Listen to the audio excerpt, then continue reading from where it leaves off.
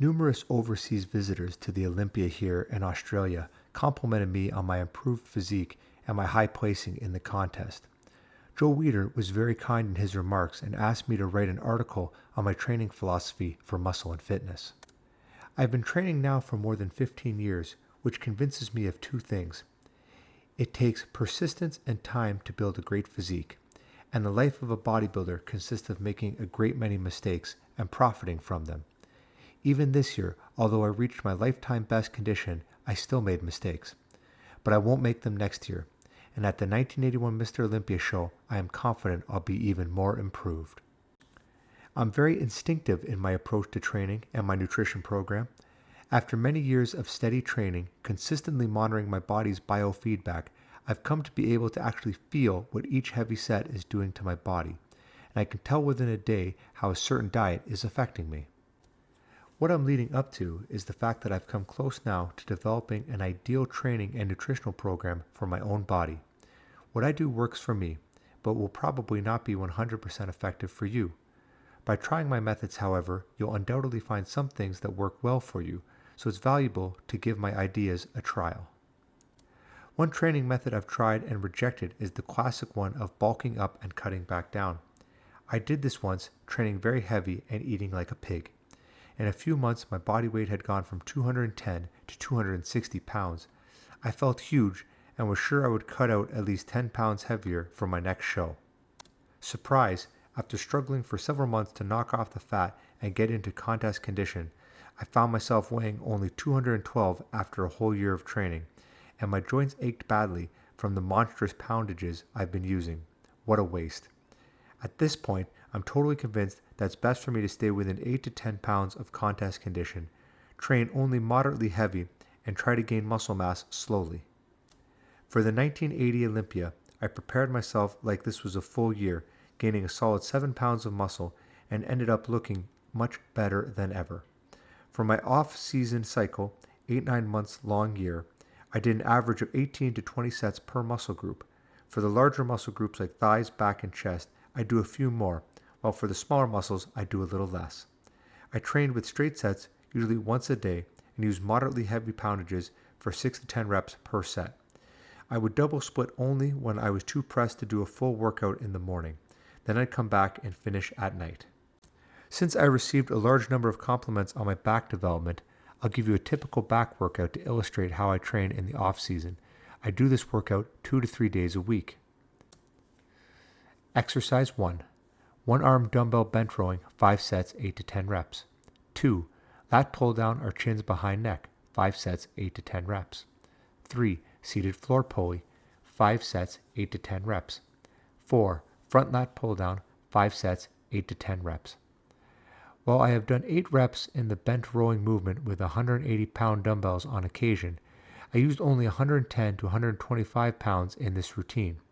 With lighter weights, I can feel the exercise more in my lats, and I can do the exercise along a more complete range of motion, as well as with stricter form. Overall, this is better for both mass and muscle density. For the 3 to 4 months that I'm peaking, I gradually intensify my training by adding 5 to 10 sets per muscle group, 1 or 2 additional movements, 5 sets per exercise, and decrease the rest intervals between sets. For the last 6 to 8 weeks, I'll superset some exercises for added density and cuts. And finally, on most movements, I'll do between 10 and 15 reps, usually 10 to 12. When I intensify my training like this, my exercise poundages inevitably go down 10 to 20%. One of my secrets, however, is to gut it out as hard as I can to keep the poundages up.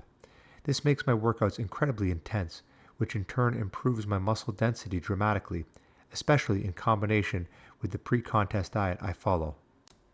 Considering all I've said about my pre-contest training philosophy, here's a typical pre-contest back workout that I've used 3 days a week, double split. Exercise 1. Chins behind neck, 5 sets, 10 to 12 reps, supersetted with 2 barbell bench rowing, standing on a bench, 5 sets, 10 to 12 reps. 3. Seated floor pulley rowing, supersetted with 4 front lat pull downs, both 5 sets, 10 to 12 reps. 5. T-bar rowing, 5 sets, 10 to 12 reps. 6. One arm dumbbell bench rowing, 5 sets, 10 to 12 reps. To give you an idea of how much my exercise poundages go down during the workouts, I could use 90 to 100 pounds versus 110 to 125 pounds for dumbbell rows if I did them at the start of the routine. As it is, I've already done 25 hard sets. I struggle with a 75-pound dumbbell for my rows in this workout. As far as my diet is concerned, I do it all instinctively. Unlike most other pro bodybuilders, I don't count calories or the grams of carbohydrates or protein I consume. From the way I look in the mirror and from my energy levels, I can tell almost exactly what to eat each day.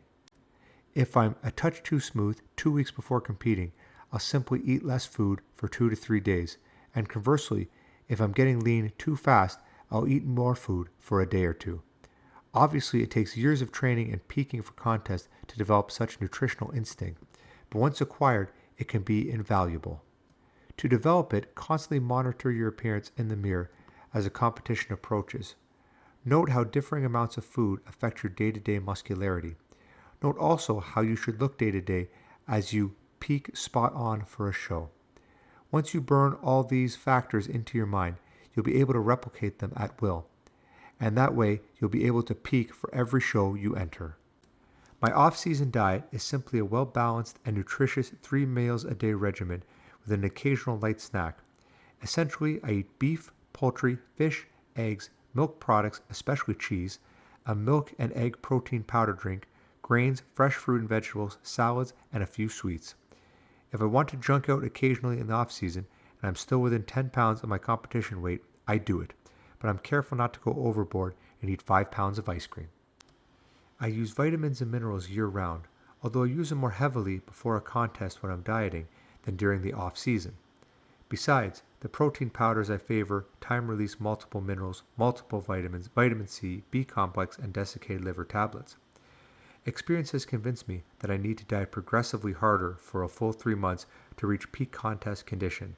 This way, I never need to diet too strictly, which leaves me adequate energy for workouts that last 3 hours and include 25 to 30 sets per muscle group. I don't like to kill myself for more than a final 8 to 10 sets of a workout, so I adjust my diet instinctively to allow myself about 2.5 hours of good training energy and only 10 to 15 minutes of heavy fatigue. This is enough to induce my body to drop fat slowly. Although it takes longer to lose weight this way than it does on a crash diet, it also hurts for a shorter time. And such a moderate diet allows me to satisfy a craving for some junk food every 10 to 12 days. This year, I only had to diet really tightly for about 2.5 weeks, and then only because I had a nerve injury in my arm that reduced my training load somewhat. At its tightest, my diet consisted of 3 eggs and a piece of fruit in the morning, with a second meal of chicken and fruit in the evening. It's excruciating for me to eat so little and so infrequently, but it gave me the finely honed muscularity I was seeking. At 5 foot 9 inches and 220 pounds, I was ripped to shreds. In 1980, I trained the whole year for only one show. This year, I'd like to come to America for 6 months and try the Grand Prix circuit. I'd enjoy seeing if I could peak as often as Dickerson, Viator, and the others did. And of course, I want to win some titles and earn some prize money. So if I can work out a sponsorship deal with Joe Weider, it'll be America, here I come. Now that you know all about my training and dietary methods, you can give them a trial on your own body. But please keep in mind that I'm an Olympian and I do Olympian workouts. You should scale the workouts to your own requirements and capability. Intermediate bodybuilders should do no more than 10 to 12 total sets per body part, while most contest bodybuilders would overtrain on anything more than 15 sets per muscle group. So scale the workouts to your personal requirements, but do them.